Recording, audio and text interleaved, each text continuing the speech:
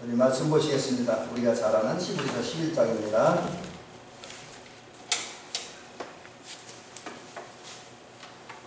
히브리서 11장 1절부터 16절까지 본문이 깁니다.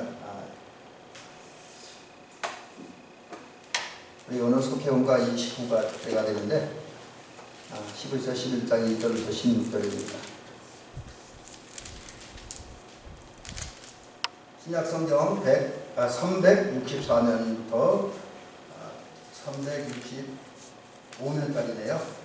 자, 공독을 합니다.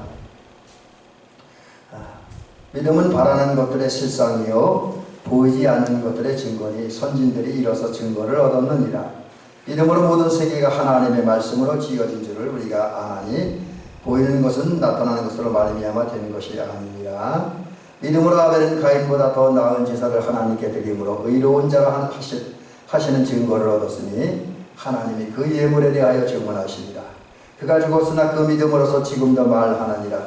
믿음으로 에녹은 죽음을 보지 않고 옮겨졌으니 하나님이 그를 옮기심으로 다시 보이지 아니하였느니라. 그는 옮겨지기 전에 하나님을 기쁘시게 하는 자라 하는 증거를 받았느니라.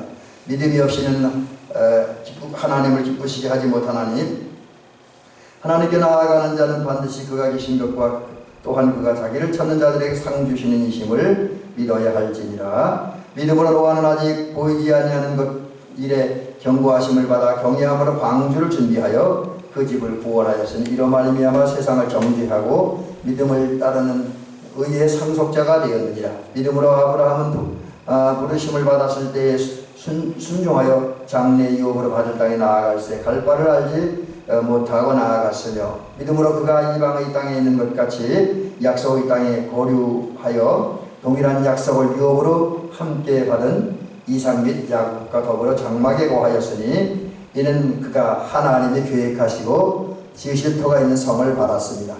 믿음으로 사라 자신도 나이가 많아 단산하였으나 잉태할 수 있는 힘을 얻었으니 이는 약속하신 일을 믿으신 줄 알았습니다. 이러므로 죽은 자와 같은 한 사람으로 말미암아 하늘의 허다한 별과 또 해변의 무수한 모래와 같이 많은 후손이 생육하였느니라. 이 사람들은 다 믿음을 따라 죽었으며 약속을 받지 못하였을 때 그것들을 멀리서 보고 환영하며 또 땅에서는 외국인과 나그네임을 증언하였으니 그들이 이같이 말하는 것은 자기들이 본향 찾는 자임을 나타냅니다. 그들이 나온 바 본향을 생각하였더라면 돌아갈 기회가 있었으려니와 그들이 이제는 더 나은 본향을 사모하니 곧 하늘에 있는 것이라. 이러므로 하나님이 그들의 하나님이라 일컬음을 받으심을 부끄러워하지 아니하시고 그들을 위하여 한 성을 예비하셨느니라. 아멘.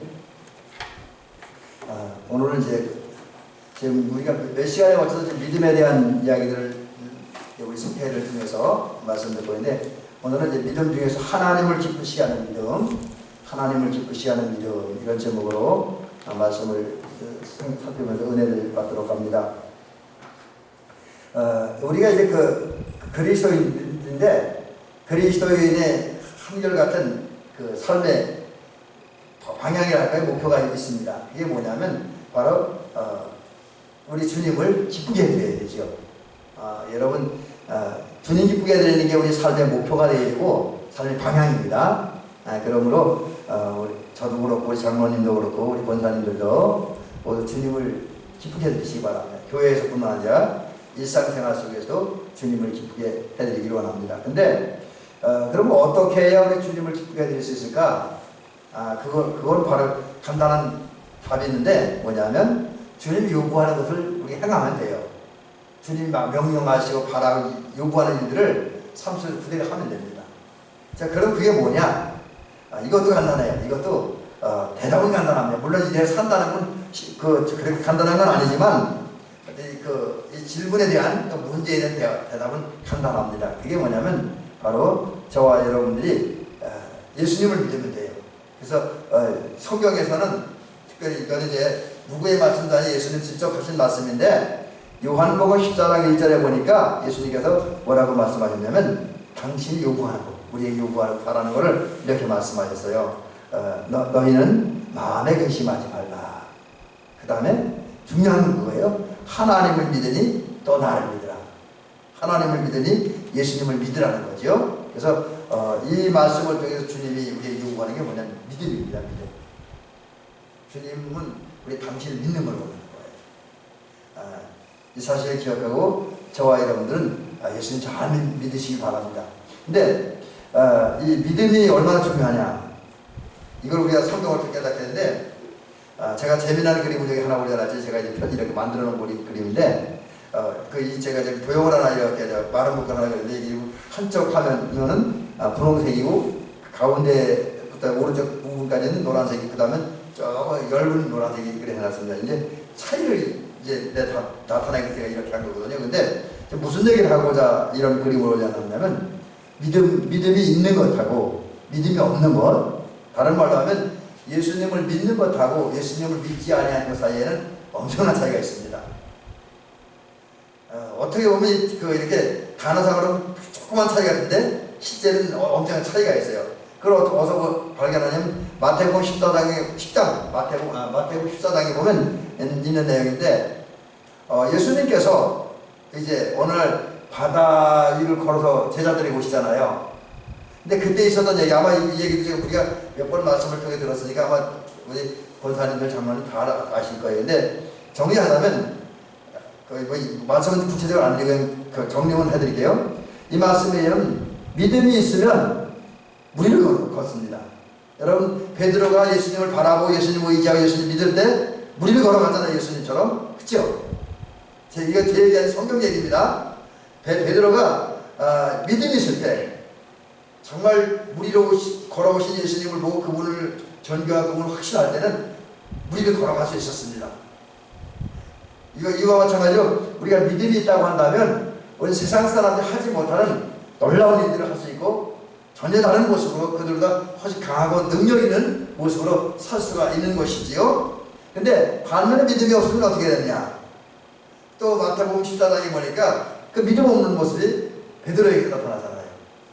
무리를 걷다가 잠시 후에 시선과 관심이 예수님에게 떠나갔고 무리를 바라보고 파도를 바라볼 때에 예수님을 향한 믿음을 잃어버리고 의심이 생기고 겁이 났잖아요. 그때 어떻게 됐습니까? 조금 전까지는 무리를 잘 걷던 그 베드로가 이제 물속으로 빠져들기 시작을 합니다.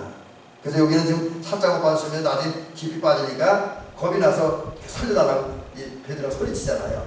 이걸 보면 믿을 때는 사람이 능력 있고 생명력 있는 삶을 살 수 있지만 믿음을 잃어버리면 무능하고 무기력하고 무지하고 무감각하고 그 다음에 그 어둠의 속에 빠져있게 되고 죽음을 향해 달려가게 된다라고 하는 거죠. 바로 이게 믿음이 있는 것과 믿음이 없는 것 차이입니다.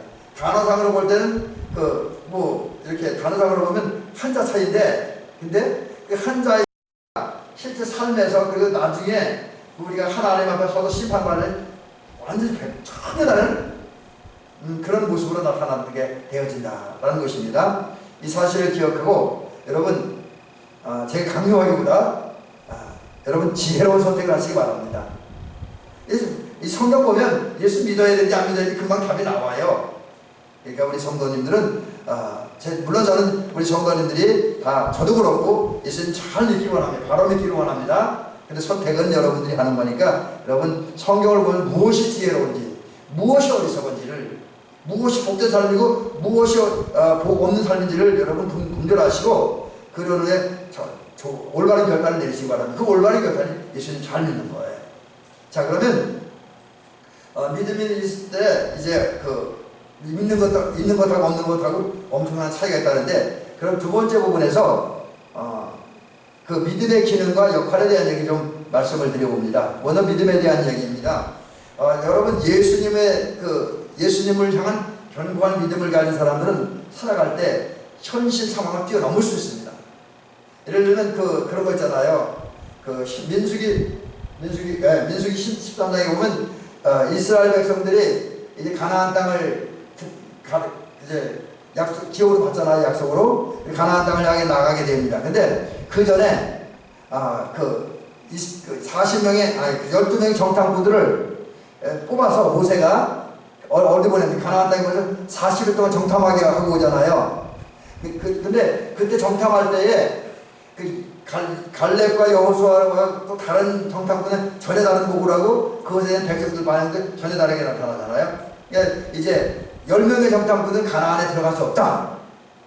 반면에 갈렙과 여호수아는 가나안 땅에 들어갈 수 있다. 그들은 우리의 밥이다. 올라가자 등이 취하자 그렇게 얘기를 하잖아요. 근데 그 사이 그 차이가 뭐냐면 10명의 정탐꾼과 12명의 정탐꾼이 가나안 땅을 똑같이 봤어요. 그리고 가나안 땅이 아주 이런 난공 점령을 힘든 땅이라는 걸 잘 알았습니다. 거기에 비하면 자기들의 힘이 약하다 잘 압니다. 근데 여호수아와 갈렙은 믿음이 있었습니다. 믿음이 있으니까 현실적으로 우리가 그걸 점령하는 불가능하지만 하나님이 함께 하시고 하나님이 도우시면 점령할 수 있다고 보는 거예요. 근데 일반 10명의 정탐꾼의 다른 백성들은 현실만 바라보는 거예요. 그러니까 현실만 바라보니까 안 된다는 거죠. 그래서 이것을 보면 믿음이라는 건 현실적인 상황을 뛰어넘어서 거기서 새로운 가능성과 새로운 은혜와 새로운 역사를 바라보는 게 믿음이다라는 것이죠. 그래서 이거 이제 좀 더 이렇게 오늘 스케일을 보니까 구체적으로 표현하는데 믿음의 기능, 믿음의 역할이 뭐냐면 현실 상황을 뛰어넘어서 초월해서 더 나은 미래, 더 복된 미래, 더 아름다운 미래를 보게 하는 게 믿음이다. 믿음 있는 사람들 현실에만 안주하고 거기서 그것 때문에 좌절을 포기하는 것이 아니라 현실이 어려워도 하나님이 함께 하심으로 새롭게 펼쳐진 미래를 생각하고 희망차고 적극적이고 행복한 삶을 살게 되어진다라고 하는 거죠. 여러분 믿음 있는 사람은 절대로 어려운 현실이 반대로 또 너무 풍요롭고 행복한 현실에 머무르고 거기에 안주하지 않습니다. 오히려 하나님이 약속하신 더 아름다운 미래, 더 복된 미래를 믿음의 눈을 보고 그것을 향해 달려나가게 하는 게 믿음입니다. 믿음 있는 사람들하고 믿음 없는 사람들의 삶의 차이는 큽니다. 믿음이 없는 사람들은 현실만 보고 믿음 있는 사람들은 현실 뛰어넘어 새로운 세계를 바라보고 그것을 향해 나가게 되어지는 것이지요. 근데 그러면 우리는 이제 신앙을 가졌는데 우리 성경을 읽으면서 또 교회사를 읽으면서 또 많은 서적을 읽으면서 우리보다 먼저 신앙생활했던 사람들을 보면서 귀한 신앙의 교훈을 얻어요.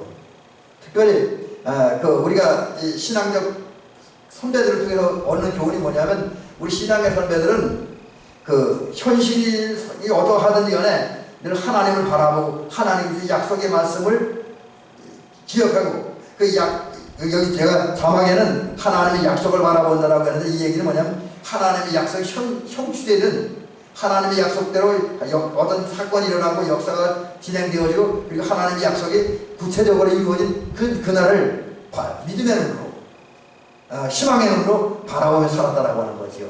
믿음이 있으면 그렇게 되는 거예요. 근데 믿음 없으면 과거만 생각하고 현실에만 집착하는 삶을 산다라고 하는 거죠. 자, 그러므로 이제 믿음 있는 사람들은 미래를 바라보기 때문에 현실이 어떻든지 간에 용기 있게 살아야 돼요. 담대하게 대담하게 살 수 있습니다. 그리고 담대하게 살 때 어떤 결과가 나타나는지 볼 수가 있습니다. 그래서 우리는 이런 사실을 기억하면서 우리 믿음의 선배들의 신앙생활했던 모습, 그분이 처했던 상황, 그분이 살아갔던 삶의 모습들, 믿음으로 특별히 믿음을 살았던 그분의 삶의 모습을 우리가 한번 유심히 살펴볼 필요가 있다라고 하는 것이죠. 그래서 이제 그분들의 믿음을 본받음으로 하나님이 기뻐하시는 그런 모습을 살아가는 저와 여러분들이 되어주시기를 주의 이름으로 간절히 부탁을 드립니다. 자, 그 다음에 그러면 이제 뭘 말씀드리려고 하냐면 우리가 하나님을 기쁘게 하기 위해서 가져야 될 믿음이 뭔가 이제 세 가지를 오늘 말씀드려보면 제가 서로 먼저 길게 말씀드렸죠. 성경에 보면 이거 제목부터 먼저 말씀드려야 되겠네요. 우리가 하나님을 기쁘시게 하는 믿음을 가지려면 뭘 믿어요? 온전한 믿음으로 예배해야 돼요. 우리가 하나님을 기쁘시게 되는 믿음이 있다고 한다면 적어도 온전한 믿음으로 예배를 드려야 돼요. 여러분 구약성경 창세기 4장에 보면 가인과 아벨의 얘기가 등장합니다. 이들이 어느 날 하나님께 제사를 드립니다. 여러분 잘 아다시피 가인은 농산물을 바쳐서 제사를 드리고 아벨은 양을 잡아서 제물로 드립니다. 근데 하나님께서는 그때에 두 사람의 예배 중에 그 가인의 제사와 예물 받지 않고 아벨의 제사와 예물만 받으셨죠. 제가 자막하고 거꾸로 얘기를 했네요. 아벨의 제사와 제물을 받았는데 가인의 제사와 제물을 받지 않았어요. 참 어떻게 보면 이제 그 사정을 모르는 사람들이 보면 하나님이 불공평하실 수 있다. 똑같은 시간에 똑같이 예배드리고 똑같이 제물 드리는데 왜 누구 받고 누구는 안 받느냐? 하나님 사람 차별하나 뭐 이제 이런 얘기를 할 수도 있습니다. 근데 하나님이 왜 가인의 제물과 제사는 안 받고 아벨의 제사와 제물 받는데 거기에 이유가 있습니다. 그 이유가 뭐냐면 오늘 11절 11장은 11절 11장에 보면 그 4절 이하에 보면 그들이 예배드릴 때 아벨이 믿음으로 더 나은 제사를 드렸다.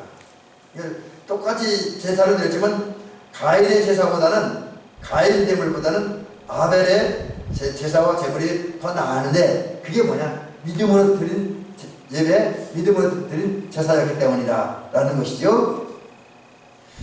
가인도 제물을 드렸는데 그 제사 드렸는데 이 사람은 사실은 믿음이 없이 제사 드렸어요. 그냥 뭐 생활 습관이니까 늘 하던 거니까 그런 관점에서 제사를 드리고 이제 제물을 드린 것으로 보여집니다. 그러니까 하나님께서 외면하는 거죠. 근데 아벨은 한 번 예배 드릴 때 제사 드릴 때 믿음으로 정성을 다해서 예물을 드렸습니다. 그러니까 어떻게 보면 우리 자꾸 이 정성이라는 말 여기에만 초점을 맞추는데 물론 정성이 있어야지 예배 드리는데 근데 정성보다 더 중요한 게 뭐냐면 그 예배가 믿음으로 드려진 예배냐 믿음 없이 드려진 예배냐는 거죠. 아무리 정성이 많이 들어가도 그 예배 속에 믿음이 없고 사랑이 없으면 그 예배는 하나님 받으실 수가 없다라고 하는 거죠. 믿음을 근거로 사랑을 근거로 정성스럽게 제사를 드리고 정성스럽게 예물을 드리고 그래야 하나님 받으신다라고 하는 거죠. 근데 아벨은 그게 있었는데 가인은 그것이 없었다라는 것입니다. 하나님은 왜 그러면 믿음으로 드리는 아벨의 제사만 받으셨느냐면 하나님은 제물 자체보다 제물 드리는 행위보다는 제물을 드리는 사람의 마음, 특별히 그 사람 속에 담겨진 믿음, 그걸 더 중요시하기 때문이라는 거죠. 그래서 우리가 제사 드릴 때는 특별히 하나님을 기쁘게 드리는 제사를 드리려면 믿음으로 온전한 제사, 온전한 제물을 드려야 된다. 믿음이 담겨진 제사와 제물은 온전한 것이고 그렇지 않은 것은 불완전한 것이다. 그래서 하나님 받으실 수 없다라고 하는 거죠. 여러분 이 사실을 기억하고 앞으로 지금까지 그걸 잘해 오셨습니다. 우리 권사님이나 장로님이나 권사님들이 잘해 오셨는데 저도 그렇고 앞으로 우리 모두가 세상에 사는 그날 우리 하나님 생명이 다하는 그날까지 특별히 예배드릴 때 믿음으로 사랑으로 그걸 근거로 정성을 다해서 예배드림으로 하나님 기뻐하는 믿음 신앙이 되어 주시기를 주의 이름으로 간절히 부탁을 드립니다. 그 다음에 두 번째는 하나님이 삼위신다는 사실을 믿어야 된다는 거죠. 하나님 삼위신. 여러분 우리가 믿는 하나님 그분 좋으신 하나님입니다. 특별히 그분이 왜 좋으냐? 우리 입장에서 볼 때 그분이 우리가 드린 거 받으시기만 원한다면 우리가 좀 그렇죠? 근데 그분은 우리가 드린 거 받으시는 것도 좋아하지만 우리에게 주시기를 좋아하셔요. 뭘 주시기를 좋아하시냐? 은혜 주시기를 좋아하시고 사랑 주시기를 좋아하시고 복 주시기를 좋아하시고 상 주시기를 좋아하시는 하나님입니다. 여러분 하나님은 실제로 우리에게 상 주시기를 원하고 복 주시기를 원하고 사랑 주시기를 원하고 은혜 주시기를 원해요. 그것을 줄 때 좋아하시는 거예요. 우리 마치 부모들이 그 자녀들에게 이렇게 뭘 주면 좋잖아요. 아까 우리 전용대 우리 사모님이 저한테 그러더라고요. 우리 어저께 혜진이 왔다 갔는데 고추나 좀 줄 걸 깜빡했네 그러더라고요. 그러니까 못 주니까 마음 아픈 거죠, 부모도. 이게 하나님의 마음도 그런 것이라는 거죠. 하나님 우리에게 더 많이 줄 때 기뻐하시고 더 못 줄 때는 좀 아쉬워하는 거죠. 그래서 하나님은 주시기를 좋아하시는 분, 특별히 상 주시기를 좋아하시는 분. 근데 이런 주시기를 좋아하시는 하나님께서 우리에게 은혜와 사랑과 복을 주시기 위해서 주님께서 하시는 일이 있는데 그게 뭐냐면 만물을 다스립니다. 그리고 만물을 다스릴 뿐만 아니라 믿음으로 당신께 나오고 당신에게 하나님을 말하는 거예요. 하나님을 찾는 자에게 상 주신다는 거죠. 상 주는 거예요. 그걸 하나님께 엄청 좋아하셔요.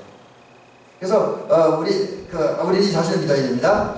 그럼 하나님은 어떤 사람에게 상을 주느냐? 믿음을 가지고 우리가 제가 늘 말씀드리지만 믿음하고 순종은 같은 단어입니다. 원어가 같은 단어예요. 똑같은 단어입니다. 물론 이제 단어가 워낙 다양하다 보니까 그렇긴 한데 순종이라는 단어는 다양합니다. 근데 그 순종 중에 하나는 믿음과 똑같아요. 그래서 믿음은 순종이고 순종은 믿음입니다. 그래서 하나님이 누구에게 상을 주느냐? 믿는 사람, 순종한 사람, 그리고 그 마음으로 주님께 헌신한 사람, 주님을 위해서, 주의 일을 위해서, 사명을 위해서, 교회를 위해서 헌신한 사람에게 주님은 상을 주신다라는 사실을 기억하고 믿으시기 바랍니다. 실제로 노아는 상 받았어요. 자, 그러면 노아가 어떤 상을 받았는지 조금 말씀드리죠. 우리가 잘 알다시피 노아가 살던 시대는 죄악이 관영하는 시대였습니다. 사람들이 생각하는 것이 항상 악하게만 하였습니다. 그래서 세상이 죄악이 관영하는 모습, 세상에 너무나 많은 죄악을 보면서 하나님께서 노아에게 말씀하신 것이 있잖아요. 뭐냐면 홍수로 세상을 심판할 것이다. 한편 노아는 하나님을 경외하는 사람이었고 하나님을 정직한 사람이었고 온전한 사람이었기 때문에 좀 믿음을 사는 사람이었기 때문에 하나님 앞에서 살다가 하나님께 주시는 말씀을 들은 거예요. 죄악이 관영한 세상을 홍수로 심판하겠다고 하는 하나님의 말씀, 하나님의 경고를 들었습니다. 그리고 동시에 방주를 지으라고 하는 하나님의 명령을 받은 것이지요. 방주를 지으라고 하는. 근데 노아는 믿음의 사람이었고 곧 다른 말로 순종의 사람이었고 헌신의 사람, 그러니까 상받을 자격을 갖춘 사람이었기 때문에 방주를 지으라는 명령을 받은 노아는 방주를 짓기 시작합니다. 무려 120년 동안. 이게 지금 우리는 너무 쉽게 생각하는데 여러분 120년을 방주를 짓는다는 건 쉬운 거 아니잖아요. 굉장히 어려운 거죠. 똑같은 일을 120년 한다는 게 얼마나 어렵습니까? 어떤 분들이 자꾸 해요. 제가 이제 뭐 이렇게 똑같은 학문을 오래 공부하니까 그 무슨 재미로 그렇게 오래 공부하냐고 한 1년 하고 말지 뭐 4, 5년, 5, 6년 그래서 한 7, 8년째 그걸 하냐고 저희가 그렇게 반문하는 분이 있습니다. 근데 뭐든지 깊이 하려면 오래 하는 게 좋더라고요. 여러분 노아가 120년 전 방주를 지었기 때문에 하나님이 원하는 것만큼 섬세하게 하나님이 명령한 대로 방주를 다 지을 수 있었다라고 하는 거죠. 근데 그 섬세하게 120년 전 방주를 지어가는 과정 중에서 노아는 주변 사람의 조롱을 받습니다. 왜냐하면 나는 햇빛 짱짱 내리고 날 너무 좋은데 저 장마진다 그러고 방주를 지으니까 얼마나 사람들 보고 웃기겠어요. 그러니까 노아가 놀려대죠. 에이 저 뭔 얘기? 정신이 돌았나? 뭐 그러면서 노아를 조롱을 합니다.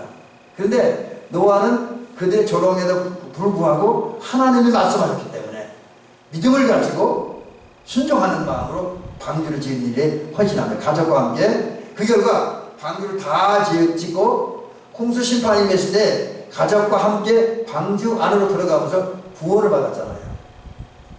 구원을 받았습니다. 홍수 심판 때에 노아와 그 가족 8명만이 구원을 받았습니다. 여러분 이게 노아가 받은 큰 상인 줄 믿으시기 바랍니다.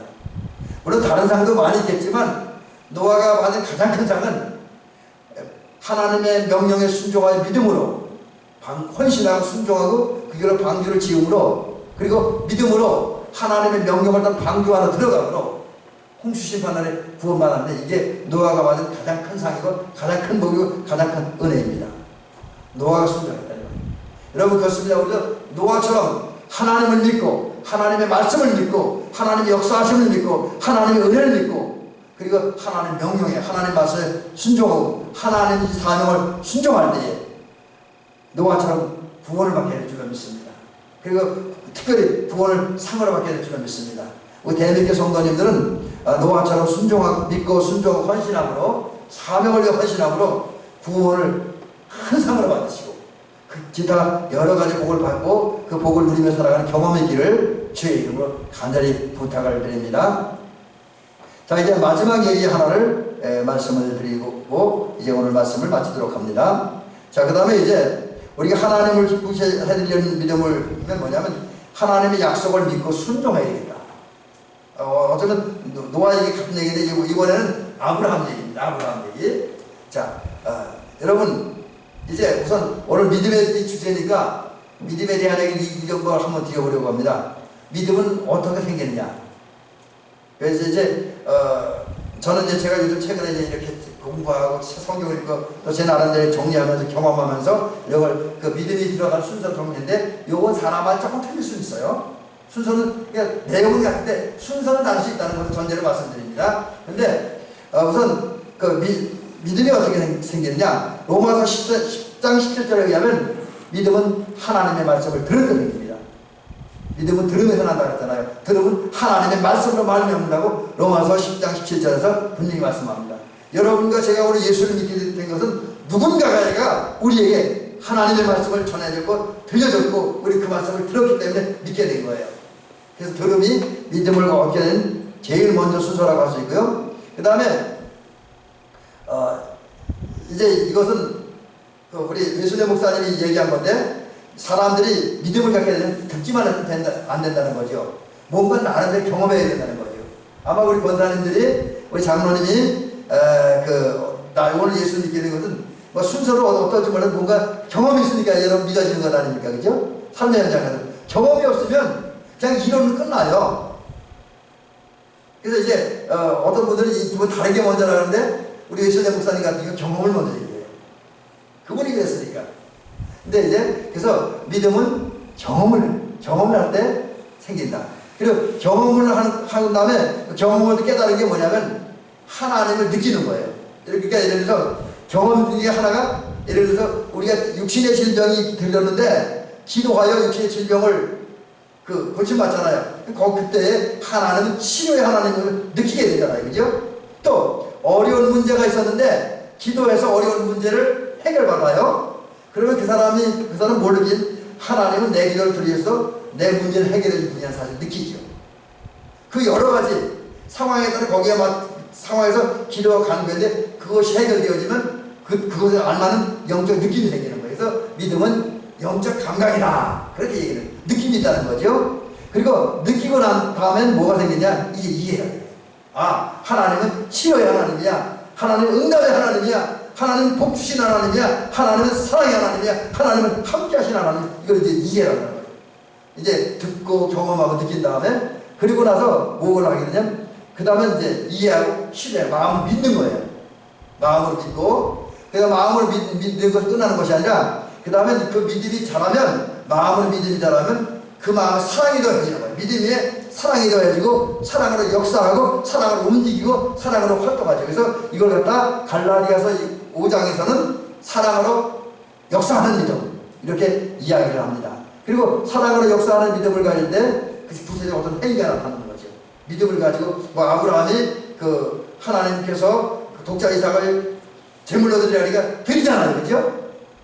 또 사르밧 가부 같은 경우는 하나님을 믿으니까 조금 남은 가루와 기름을 가지고 떡을 자기를 대접하라는 말을 할 때 믿음을 가지고 하잖아요. 그게 핵입니다. 그러니까 믿으면 듣고 경험하고 느끼고 이해하고 신뢰하고 사랑하는 해서 믿음이 온전해지면 그 다음 행위로 나타나게 되어진다라고 하는 거죠. 근데 여러분 이제 아브라함이 이러한 믿음을 가졌다라고 하는 거죠. 아브라함이 그러한 믿음을 가졌기 때문에 그는 하나님의 부름을 받았을 때에 하나님의 부름을 받았다는 얘기는 무슨 얘기냐면 갈대아 우르에 살 때에 너는 너의 본토 친척 아비 집을 떠나 내가 내게 지시할 땅으로 가라 라는 명령을 받잖아요. 그때 그 명령을 받고 아브라함이 어떻게 합니까? 그 본토 친척 갈대아 우르를 떠나라고 하는 거죠. 그 다음에 여기 보니까 내가 내게 지시할 땅이라고 했어요. 목적지가 또 방법하게 되면 그냥 가라는 거예요. 근데 더 중요한 건 이때의 아브라함의 나이가 젊은 때가 아니라 무려 75세. 움직이기가 쉽지 않은 그런 때였었습니다. 하지만 아브라함은 하나님이 가라고 하는 이 명령을 받고 하나님의 이 명령에 순종하죠. 하나님의 명령에 순종하던 건 그냥 전혀 대책 서지 않는데 가라고 하니까 집 떠나서 그냥 간 거예요. 얼른 가다 보니까 처음부터 가나안 땅에 간다는 생각을 아마 못했을지도 모르겠어요. 성경을 보니까 가나안 땅에는 목적지가 안정해졌잖아요. 그죠? 그냥 내가 내게 지시할 땅으로 가라고 했으니까 목적지도 모르고 그냥 간 거예요. 가다 보니까 하나님 거쳐 가다 보니까 가나안 땅까지 가게 된 거지요. 그리고 헤브론 땅에 정착을 하게 됐던 거지요. 하나님 그런 모습으로 하나님의 명령에 순종했습니다. 어떻게 그것이 가능했냐? 하나님의 명령을 받는 순간 비록 목적지도 모르고 가는 방법도 모르고 가는 과정이 어떤 일이 생길지도 모르지만 그러나 하나님이 가라고 했으니까 하나님이 인도하실 것이다. 그리고 하나님이 인도하신 대로 하면 믿고 하면 하나님께서 나에게 어떤 상을 주실 것이라는 이 믿음, 상 주시고 복 주실 것이라는 이 믿음이 있었기 때문에 그는 갈대아 우르를 떠나서 하나님 인도하는 데 따라간 거예요. 그리고 그 결과 가나안 땅에 들어갔고 가나안 땅에 정착해서 이스라엘 민족의 조상이 되었습니다. 여러분 우리도 이제 이러한 아브라함 같은 믿음을 가져야 될 줄을 믿습니다. 또 노아와 같은 믿음도 가져야 되고요. 또 이제 아벨 같은 믿음도 가져야 됩니다. 그래서 저와 여러분들은 아벨처럼 하나님 앞 믿음으로 온전한 제사를 드리고 사랑으로 온전한 예배를 드리는 저와 여러분들이 되시길 주의 이름으로 간절히 부탁을 드립니다. 또 우리는 하나님이 인도하심, 하나님 도우심, 하나님 역사하심을 믿고 하나님 말씀 따라 날마다 믿음으로 구원의 방주를 지음으로 하나님의 심판대에 구원의 방주 안에 들어가 있으므로 하나님의 구원에는 큰 상을 받을 수 있는 저와 여러분들이 될 줄을 믿습니다. 또 하나님이 우리 앞길을 인도하실 줄을 믿고 우리 그 인도하신 가운데 우리 피와 것을 주실 줄을 믿고 또 최종적으로 우리에게 큰 상을 주실 줄을 믿고 하나님 말씀에 믿음을 순종하는 그런 저와 여러분들이 되시길 주의 이름으로 간절히 부탁드립니다. 그래서 하나님 기뻐하는 믿음을 가진 우리 저와 여러분 되시기를 주의 이름으로 축원합니다.